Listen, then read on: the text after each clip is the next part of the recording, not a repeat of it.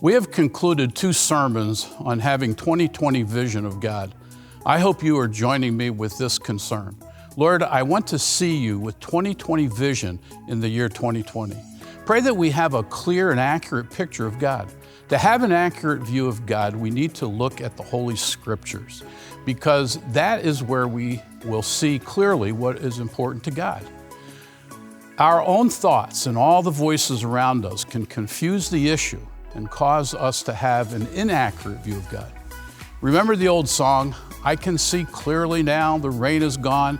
I can see all the obstacles in my way. Gone are the dark clouds that had me blind. It's gonna be a bright, sunshiny day. That was a song by Johnny Nash way back in 1971. Wow, some of us are really getting old. Not a Christian song, but true for what we are thinking about.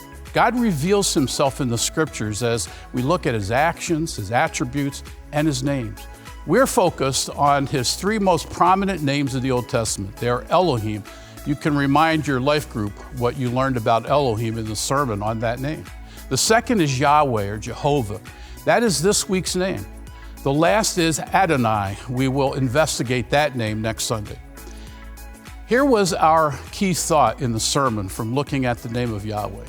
God is what you need when you need it.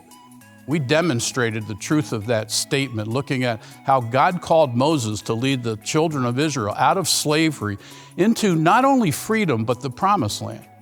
He was all things to them at the exact time they needed it. Here is a false statement that too often we believe. God is what we want when we want it. No, he is not a cosmic bellhop ready to take care of every want that comes into our minds. Have you ever been to a big hotel where there is a real bellhop? I remember traveling to St. Louis and staying at a big hotel downtown.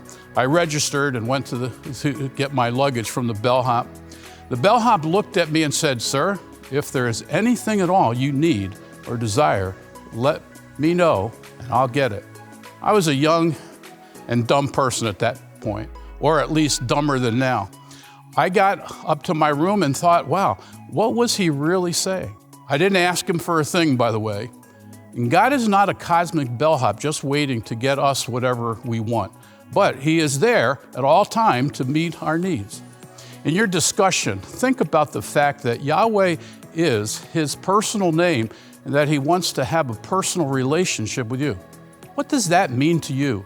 The self-existent, all-sufficient, promise-keeping God wants to have a close relationship to you. He knows your name and he wants you to know his.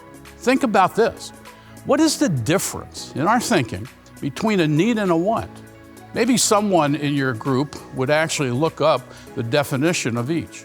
Then list some of the specific things you would put in each category. How do you think we get goofed up in thinking sometimes that a want is really a need? I hope that in your life group, you help each other see God more clearly. Sometimes when we look at one of those 3D pictures, it takes someone to point out what we are having a hard time seeing.